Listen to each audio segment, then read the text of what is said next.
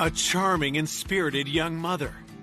Oh, she was so vivacious, like a little firecracker.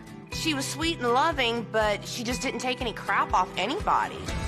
Is found strangled in her bedroom. Whoever did this left her there with no chance to survive.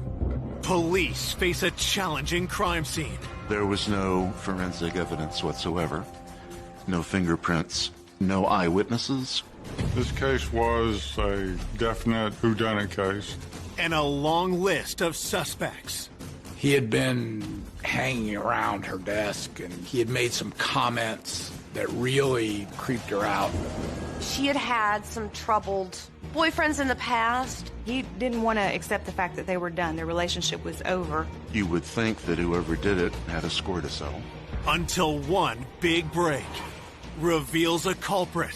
That one key piece of evidence was the aha moment in the case. And it shocks everyone. When they finally discovered who it was just surreal. There's no rhyme, there's no reason behind it. It was absolutely senseless.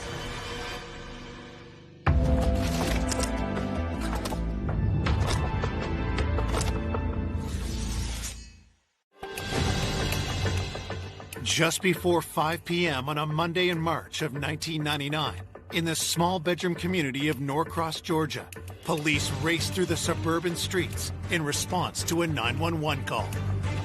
The only information that we had at hand initially was there had been a person discovered dead in an apartment. It was her fiance that had called 911. When we arrived at the scene, we spoke with the fiance briefly. The man tells detectives the victim is 20-year-old mother of one, Danielle Jennings. Her 2-year-old son is currently at daycare. The fiance told us he walked in and found her lying on the bed, and he stated that she was cold and blue. She was deceased by that point. She was face down on the bed, and he rolled her over and then called 911. While Danielle's fiance is taken to provide a statement, investigators take a close look at the crime scene. When you went back into the bedroom, she was on the bed, fully clothed, laying on her back, but you could obviously see signs of strangulation. She had a ligature around her neck. The ligature appeared to be some type of stocking, and it was tied around her neck very, very tight. It had been tied off to leave it that way. It's not like it released, which I thought was pretty unusual. I mean, whoever did this left her there with no chance to survive. The ligature was knotted in the back, which would tell you that the person was on her back, behind her when she was strangled. Detectives explore the rest of the crime scene, looking for clues. The bed was messed up. One of the dresser drawers was open. The stocking that she was strangled with may have been one of hers out of that drawer. Her purse was dumped out as if somebody had dumped the contents and rummaged through it. It could have been a robbery or a burglary just gone wrong. However, there was other stuff such as cameras, miscellaneous jewelry that could have been taken, but they were not taken. It was possibly a burglary that had been interrupted, but you always have to consider the possibility that it could have been a staged burglary because, frankly, there really wasn't a lot of disruption. Next, investigators try to determine how the killer entered the apartment. There was absolutely no tool marks or anything on the front door, and then there was a sliding patio glass door. It was locked. There was no evidence of tampering with it at all. We went around and we searched the outside, but we didn't turn up anything of any value. Before they return to the station to interview Danielle's fiance, detectives fan out to speak with other tenants in the complex. Most of the people in these complexes work during the day, and so most of them are not home. We left our business cards with a note asking them to please give us a call. As the crime scene investigation continues, news of Danielle's violent murder quickly spreads to her family and friends. When I found out that Danielle died, I said, no, you've got to be kidding me. I said, this cannot be real. And then I dropped the phone and I just started screaming.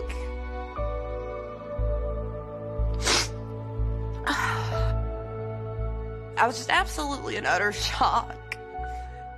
How does one handle the information that your best friend, your sister, the person that you basically love more than anybody in this world is gone?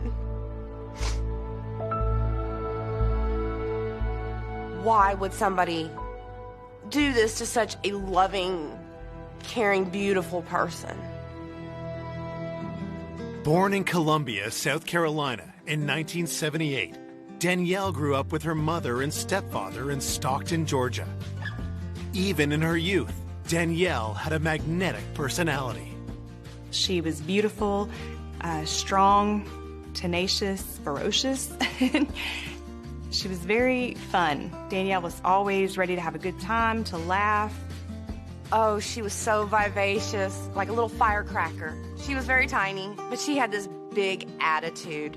She was sweet and loving, but she just didn't take any crap off anybody. Danielle showed her resilience when she was left to deal with an unplanned pregnancy alone at the age of 16.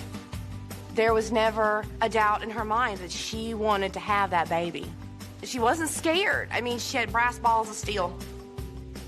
She wasn't going to let her age stand in the way of being a good mother. Danielle gave birth to her son, Tristan, in 1996. She was so proud. I could see her little attitude in him. The new mother longed for her son to have a father and hoped she had found one when she started dating Luis Payano. We grew up with Luis, so we go way back with him. We met Luis in our early teen years. Danielle was always partial to Luis, and Luis and Danielle were dating, and I was so thrilled. And the way that Luis would look at Danielle, like she would walk into the room and he would just light up. Soon, the couple moved into an apartment together, and Danielle landed an office job at a landscaping company. She was so excited to have like what we titled a big girl job. She was very proud of herself. We were all very proud of her, you know? She was going places. In December of 1998, Luis asked Danielle to marry him. She was so excited, and I'm like, this is going to be the best marriage ever. When Danielle first got her engagement ring, it was too big. And I said, girl, you got to get it sized. She's like, I don't want to take it off. It was beautiful.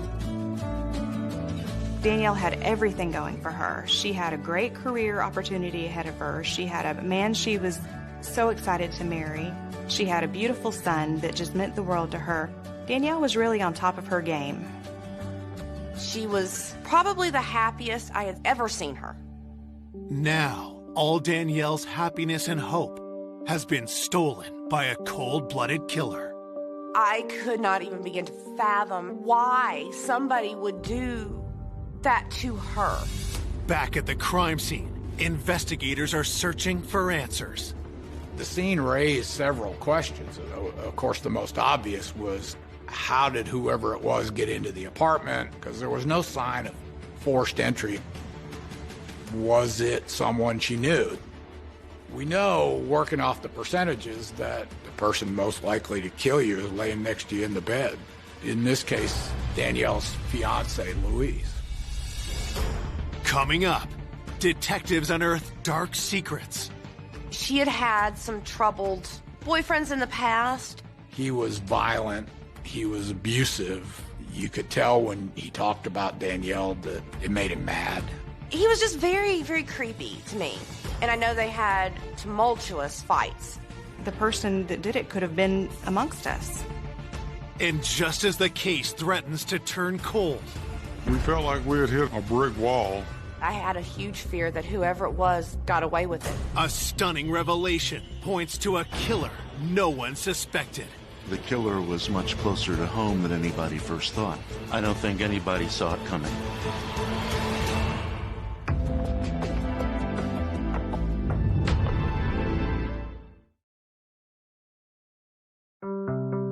police investigating the murder of 20-year-old mother Danielle Jennings have their first suspect, her fiancé, 25-year-old Luis Payano. Even though he's her fiancé, everybody remains a suspect until such time that we solve the crime. Investigators question the distraught young man. He was very emotional, but romance can raise anger to a level sometimes that leads to homicide.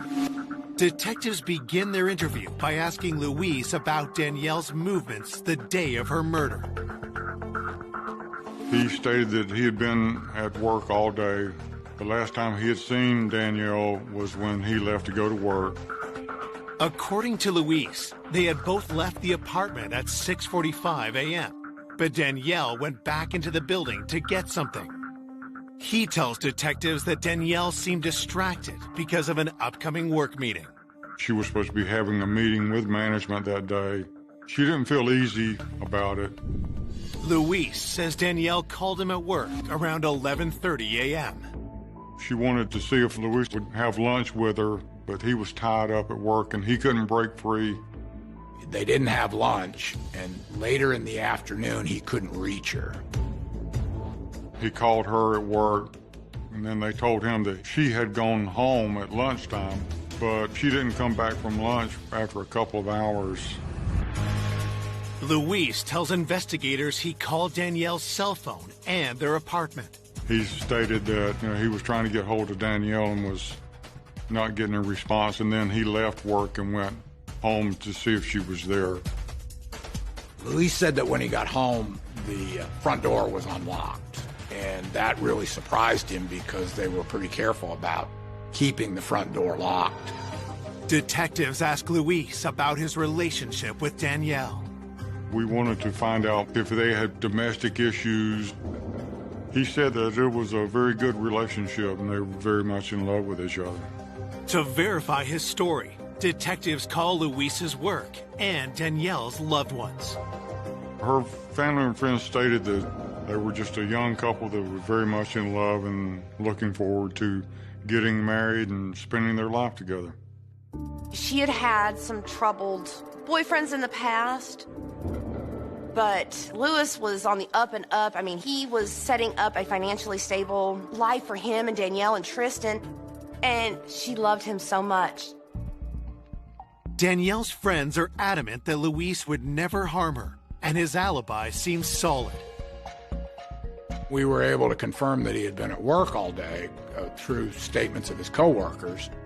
As a result, he was eliminated as a suspect. Now you're on the hunt for other suspects. With Luis in the clear, detectives ask him if he knew of anyone who may want to harm Danielle. He brought up the name of Jeff, a co-worker of Danielle. She had filed a sexual harassment complaint against him at work. That piqued our interest a little bit. We immediately went to Danielle's place of work and we met with her supervisor and discussed what was going on. Danielle's supervisor tells detectives about the young mother's harassment complaint against her coworker. He was a middle-aged man. He worked at the same landscape company. He had a different job. He was in management. Danielle told her manager and supervisor he had been hanging around her desk and he had made some comments that really kind of creeped her out and acting inappropriately at work. There was a big age difference between Danielle and Jeff. He was 40, she was 20. He had asked her out for lunch, and she told him that she had a fiance that she loved, and he had made a comment to her that if he was 20 years younger, things would be a lot different. Danielle had briefly touched base with me about the situation that she was having at work. Dude was kind of crushing on her, and she was trying to get that, under control. But I said, just don't let it get out of hand. She filed the complaint. I kind of admired her grit. She wasn't going to take it. The company was very responsive to her complaint. They took it seriously. They moved quickly. Detectives note the timing when told of the company's response. That day that Danielle was killed, she was supposed to be having a meeting with upper management about the sexual harassment charge. Once we realized that the meeting had taken place that day, that was something that was suspicious. Talking with the management, we found out Danielle was anxious and nervous about the meeting. She was a relatively new employee when she made the complaint. That was one of the reasons she was so nervous, because his career was in a certain amount of jeopardy. Coworkers state that after the meeting, Danielle went home for lunch, but never returned. She didn't come back, and we knew that was consistent with the time of death. You had to think, where was the coworker at the time? Detective suspicions increase when they learn that Jeff was out of the office and did not return until late in the day. Was this too much of a coincidence? Could he have killed Danielle as revenge for her complaint? We definitely wanted to speak with him face to face.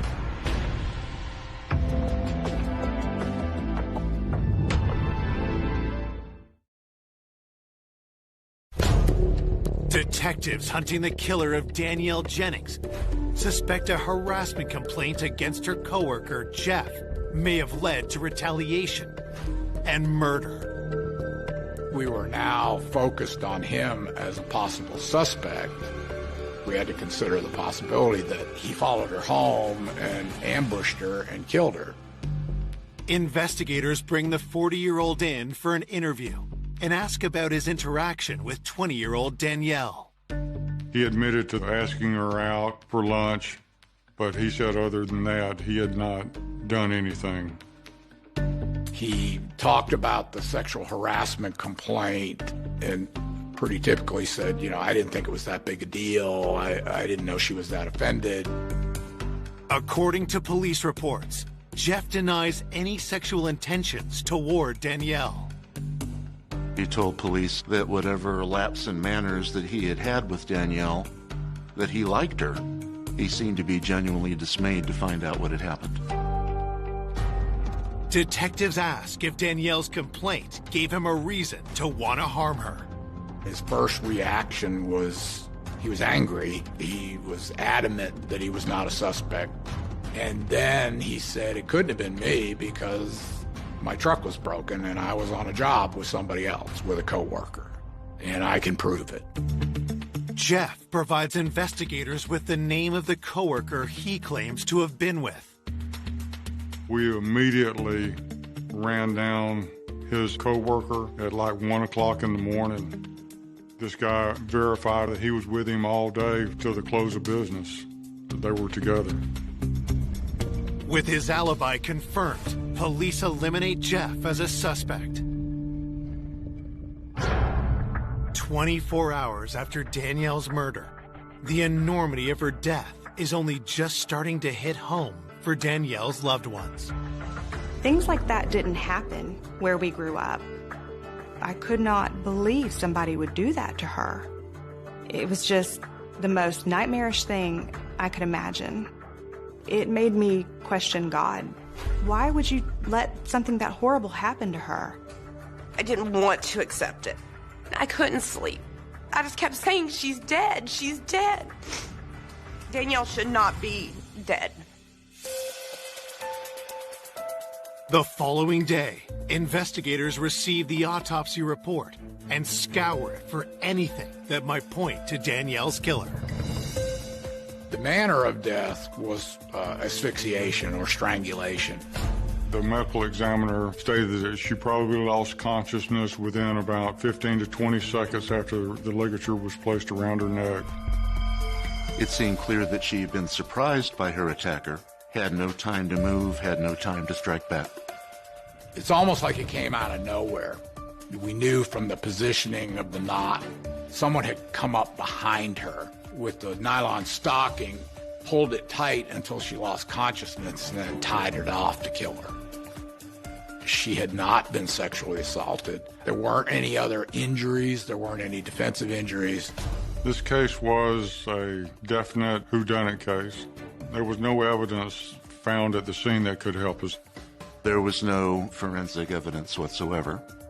No transfer of skin, no fingerprints, nothing a lab could look at. After striking out with the autopsy, investigators revisit the theory that the homicide was a robbery gone wrong. We don't live there, so we don't know what's supposed to be there and what's not. We asked the fiance to go back through the apartment with us and tell us what he sees missing. The smallest detail sometimes helps point us into the direction of a suspect, but nothing was missing according to the fiance. At that point, we had absolutely nothing to go on other than the stocking that she was strangled with. Detectives ask Luis if he recognizes the stocking. We wanted to know whether it came from her. It was a tan, knee-high women's stocking, and he said that she never wore anything like that, and we didn't find any in the apartment. Whoever did this brought that with them. The homicide was brutal, violent, and vicious. It lent itself to a personal motive. You would think that whoever did it had a score to settle. Louise told us she had had some tumultuous relationships in her past, so we pursued that angle. Investigators asked Danielle's friends about her previous relationships.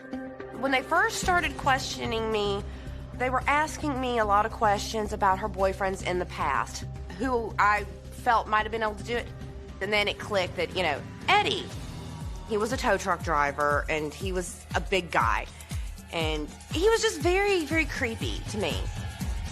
Her best friend told us about her ex-boyfriend. He was violent. He was abusive.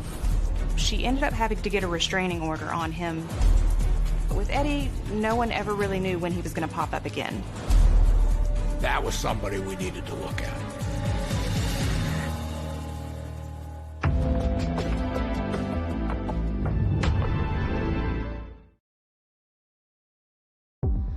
Two days after the murder of 20-year-old Danielle Jennings, friends have alerted investigators to Eddie McElwaney, an ex-boyfriend with a violent history. We learned a lot about her former boyfriend. We learned that she had begun to see him when she was a teenager, when she was younger. Friends reveal Danielle started dating Eddie shortly after she became pregnant from another relationship. But Eddie's behavior soon raised red flags. As they got more serious, he became more possessive and controlling, and he definitely wanted to start isolating her from her friends and family more. I didn't want to be around him. I did not like the way he made me feel. I didn't like the way he looked at Danielle. I mean, he would sometimes look at her with disgust.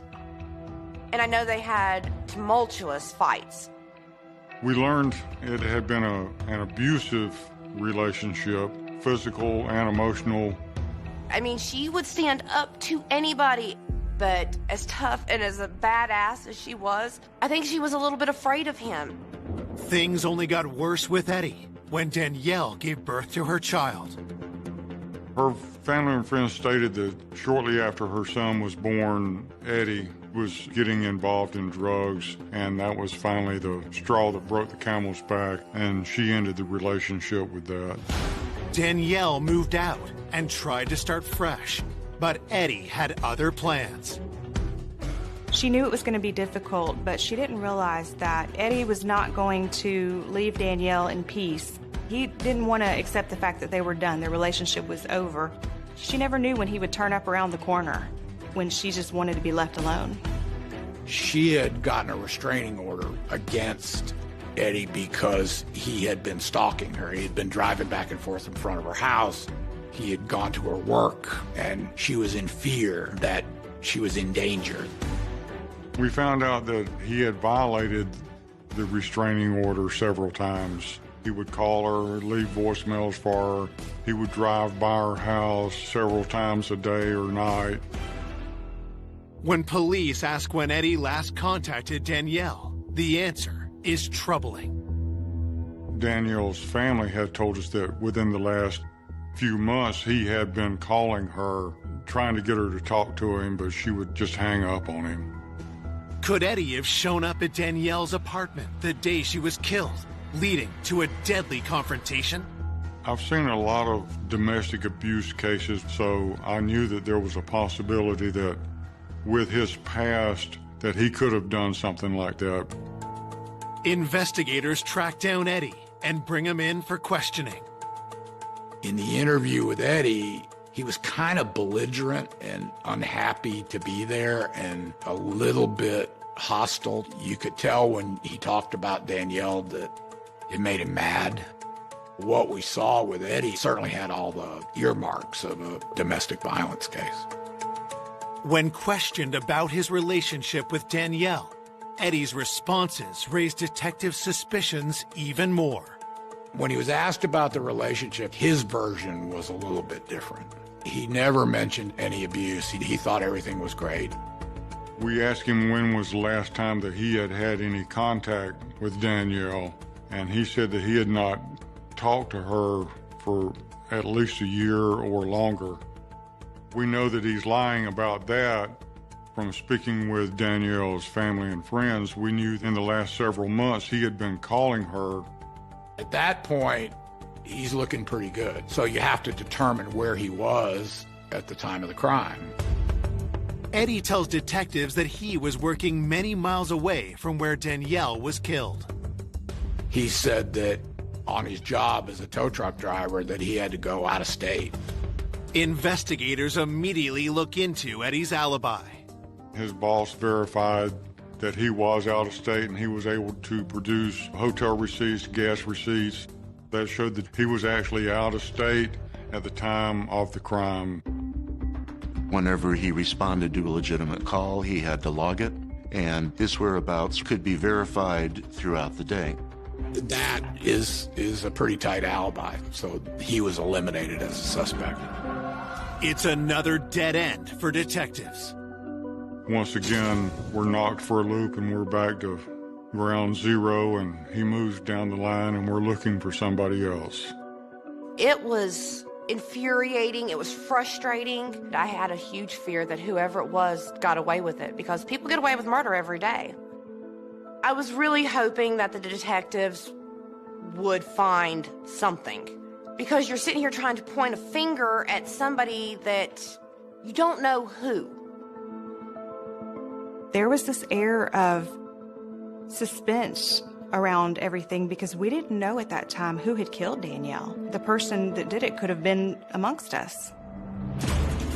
We had basically eliminated everybody who was close to the victim. When you get to that point of an investigation, you don't have anywhere else to logically follow up. With no more leads, the investigation is at a standstill. We felt like we had hit a brick wall. And then we got a call that changed everything.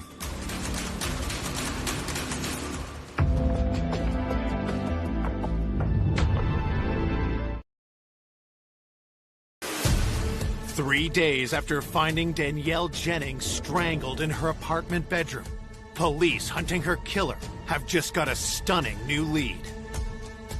We received a phone call from a Miss Kirk that resided at the apartment complex.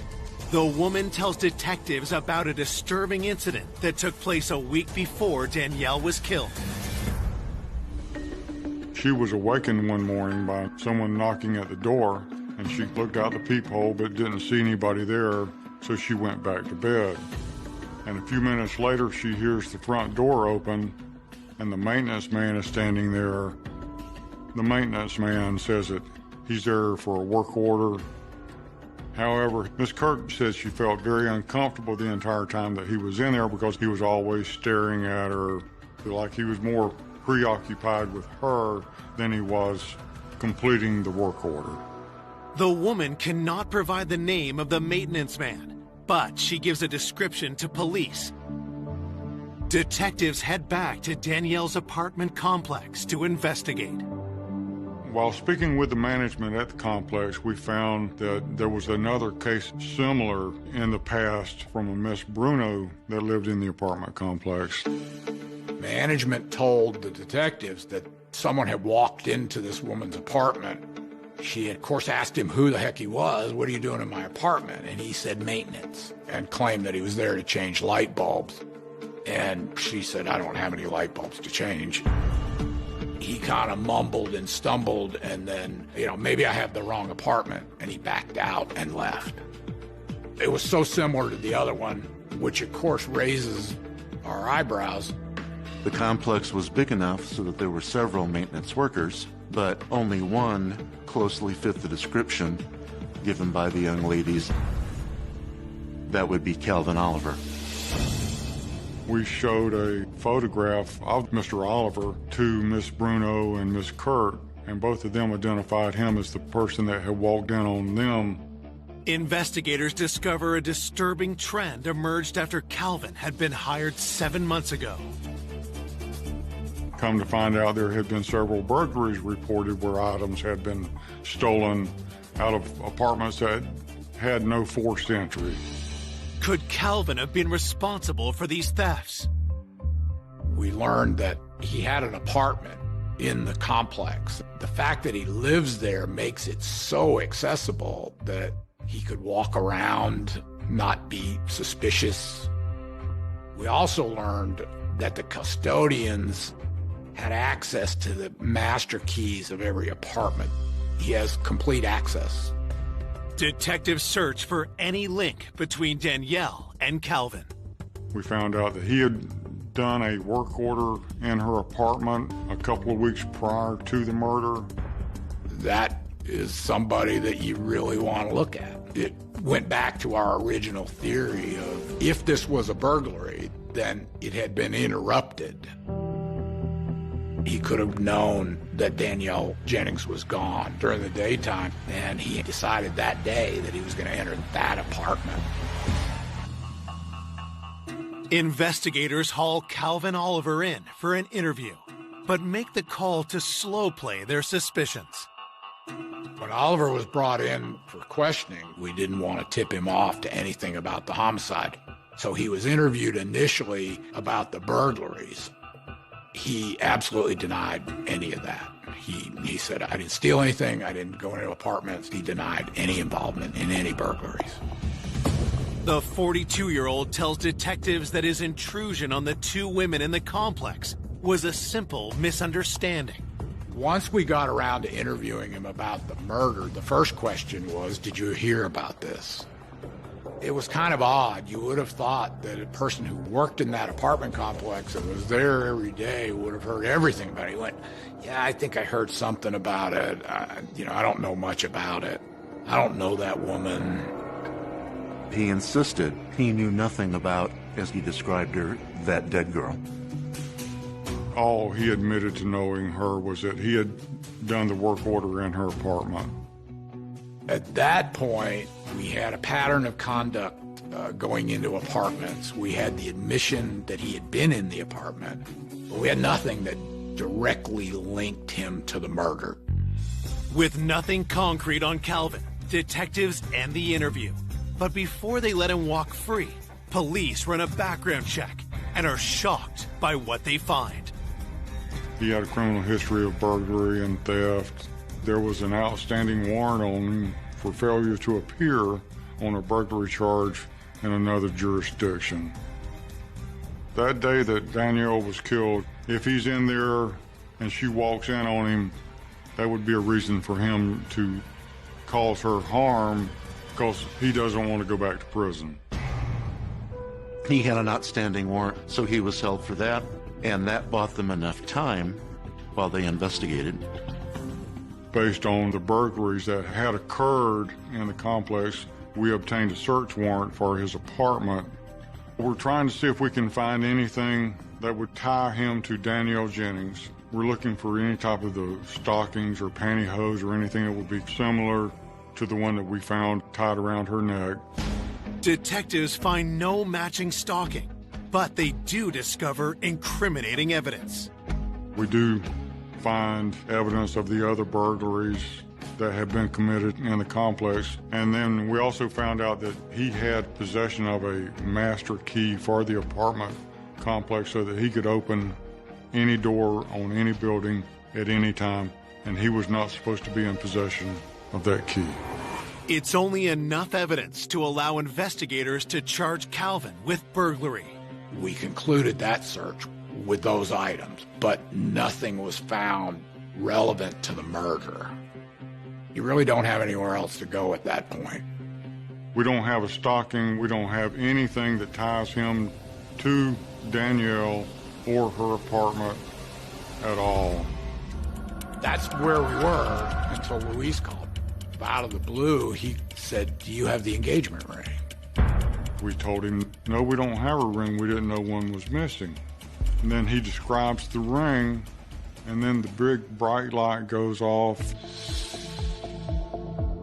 When we were doing the search on Oliver's apartment, we noticed a ring on a dresser in his bedroom, but the ring didn't match any of the items stolen, so we really didn't have a reason to seize it at that time. We do another search warrant, go back into the apartment, we seize that ring, we show it to the fiance. He can't positively identify the ring, but he says her best friend will definitely be able to identify it. If we were able to identify that as being Danielle's ring, that would physically tie Oliver to Danielle and her apartment on the day that she was murdered. With the entire investigation on the line, detectives race to the home of Danielle's best friend. Is that ring the engagement ring?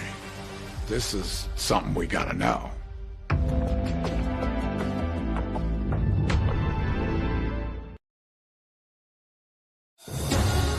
Investigators believe the key to solving the murder of Danielle Jennings is her missing engagement ring. If we had that ring, then we had the killer. Detectives have seized a ring from suspect Calvin Oliver's apartment. But is it Danielle's engagement ring? They hope her best friend can answer that question.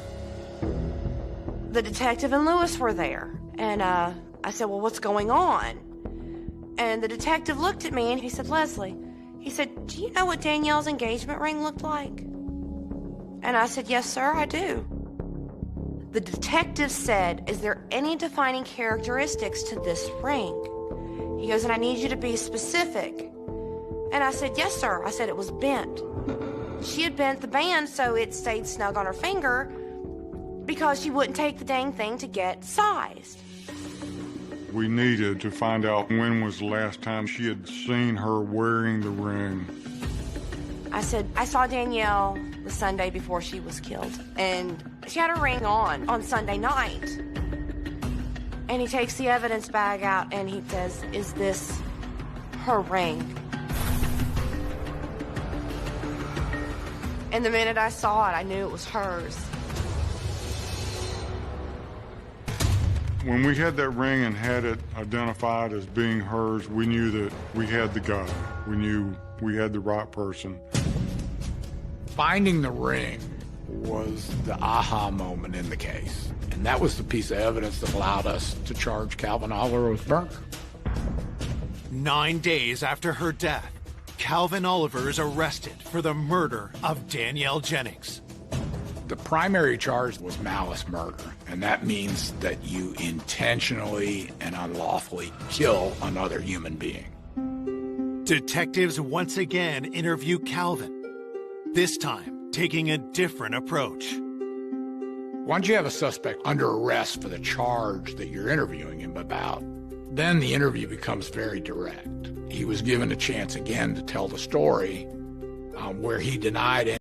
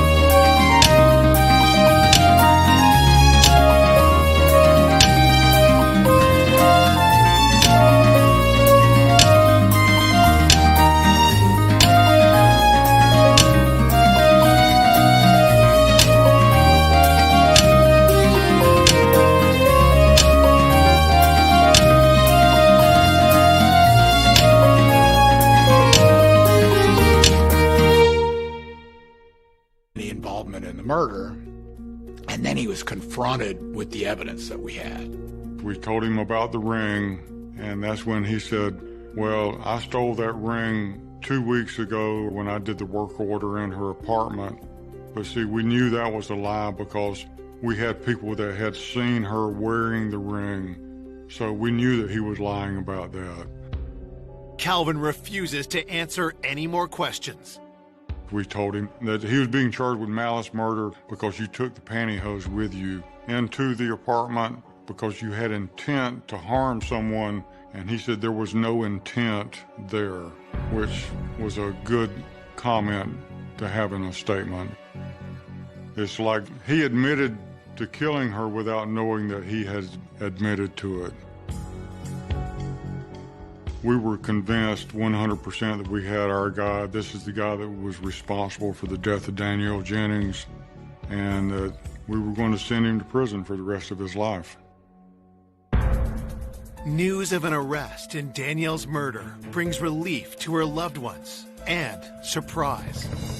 When they finally discovered who it was, the maintenance man in her apartment building, it was just surreal. I don't think anybody saw it coming. The killer was much closer to home than anybody first thought. When I saw his picture, I threw up, knowing that that was the man that strangled my best friend for no reason. At trial, prosecutors present how they believe the crime unfolded. The day Danielle was killed, Mr. Oliver had already let himself in, hoping for financial gain. After the HR meeting about her coworker, Danielle went home for lunch by herself. Once she opened the door and stepped in, he knew she was there, and he knew she could not exit again. He was not going to get caught. He ambushed her from behind with the stocking. He came over her head. He pulled it tight, pushed her down onto the bed until she lost consciousness, and then he tied the ligature off, and there was no way for her to escape. There was no heat of the moment. There was no emotion. He killed Danielle because it made his life easier. The jury hears about the prosecution's most damning evidence, Danielle's stolen engagement ring. I had to be the one to testify about the ring because I identified the ring. I actually had to look at that man. I had to sit there and look at him. Calvin Oliver sat there just staring daggers into me, is what he did, and tried everything he could to make me feel uncomfortable. And I took a big, deep breath, and I stared right back at him. There was no explanation for the presence of this ring in Calvin Oliver's apartment, other than he took it off Danielle Jennings' dead finger. On October 13th, 2000, after a 5-day trial, the jury delivers their verdict. He was found guilty on all charges.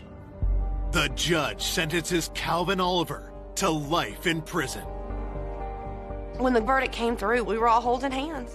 We just knew justice had been served as far as it could be. I mean, we were glad, but it still wasn't going to bring her back. Her mom was never the same again. It destroyed her. That horrible man took away an angel that was put here. She was a huge light to me, to her fiance, to her son. She was everything to a lot of people. To this day, I still dream of her. There's not a day that goes by that I don't miss her.